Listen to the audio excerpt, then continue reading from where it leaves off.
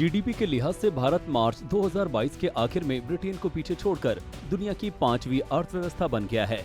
Bloomberg की report में दावा किया गया है कि मार्च 2022 तक भारत की अर्थव्यवस्था 854.7 अरब डॉलर की हो गई थी, जबकि ब्रिटेन की अर्थव्यवस्था 816 अरब डॉलर की थी। इस रिपोर्ट के बाद एसबीआई रिसर्च की रिपोर्ट में अनुमान जाहिर किया गया है कि मौजूदा विकास दर के दम पर भारत 2027 में जर्मनी और 2029 में जापान से आगे निकलकर दुनिया की तीसरी सबसे बड़ी अर्थव्यवस्था बन जाएगा। 2014 में भारतीय अर्थव्यवस्था दुनिया में 10वीं सबसे बड़ी इकोनॉमी थी, यानी 16 बरस में 7 पायदान की छलांग भारत लगा सकता है।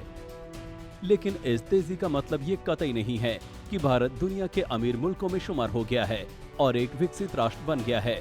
दरअसल किसी भी देश की संपन्नता का पैमाना प्रति व्यक्ति आय होती है।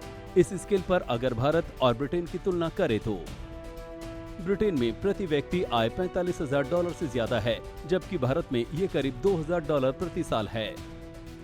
इस लिहाज से भारत दुनिया के आर्थिक तौर से पिछड़े देशों में शुमार होता है। वैसे भी भारत की जनसंख्या ब्रिटेन से करीब 20 गुना ज्यादा है, यानी मौजूदा जीडीपी के आधार पर भारत प्रति व्यक्ति आय में ब्रिटेन से करीब 20 गुना पीछे है।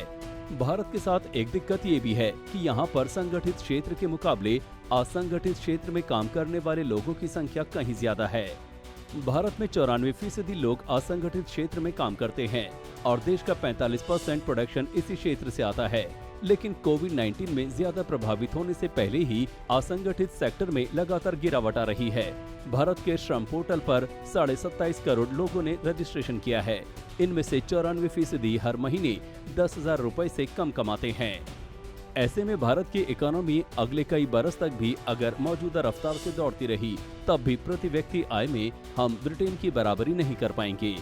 ऐसे में भारत की जीडीपी का ब्रिटेन से बड़ा होना वाकई एक बड़ी खुशखबरी है, लेकिन इसके मायने ये कतई नहीं है कि भारतीयों की आमदनी भी ब्रिटेन के लोगों से ज्यादा हो गई है। हालांकि सच ये भी है कि ये आमदनी बढ़ेगी भी जीडीपी के आकार में इजाफे के साथ ही, जिसके लिए असंगठित क्षेत्र को ज्यादा से ज्यादा संगठित की तरफ लाकर लोगों की इनकम को बढ़ाने पर काम करना होगा।